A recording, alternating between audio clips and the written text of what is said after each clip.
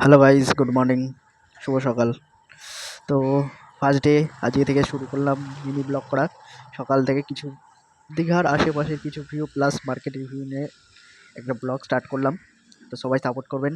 তো সকাল সকাল আজকে ভোর 5টার সময় ঘুম থেকে উঠে সকাল সকাল মার্কেট চলে গেলাম। মার্কেটে গিয়ে দেখতে পেলাম এত সুন্দর একটা, ঘুম থেকে উঠে ফার্স্ট ডে একটা অসাধারণ একটা ভিউ।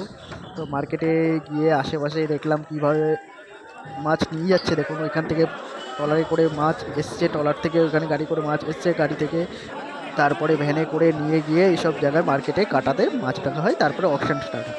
তারপরে সেখান থেকে অকশান থেকে এই মাছগুলো যায় প্যাকিং ঘরে, প্যাকিং ঘর থেকে যার যেখানে অর্ডার থাকে সেখানে মালটা ডিসপ্যাচ করা হয়। তাই যে সকাল সকাল মার্কেটে গিয়ে দেখতে পেলাম ইলিশ মাছ পুরো ফুল, বৃষ্টি হচ্ছে দুদিন ধরে দীঘার আশেপাশে। তো বৃষ্টি হলে ইলিশ মাছের একটু দেখা পাওয়া যাবে। তো যে সকাল সকাল দেখলাম 100-150 গ্রাম সাইজের ইলিশ মাছ, যেটা পিল ইলিশ বলে। তো মাছের ছড়াছড়ি, যেখানে যাচ্ছি সেখানে এই জিনিস কি সুন্দর লাগছে, সোনালি দীঘা আর ইলিশ মাছ, পুরো রূপালি একদম, রূপালি একদম ইলিশ মাছ। দেখুন, আপনারাও দেখুন এবং অপরকে দেখার সুযোগ করে নিন। এবং তারপরেও কিছু মাছ, ইউনিক মাছ, যেটা হচ্ছে লাক্ষা মাছ বলে এটাকে, তো এটাকে লাক্ষা মাছ বলে। তো দেখুন এবং অপরকে দেখার সুযোগ করে দিন।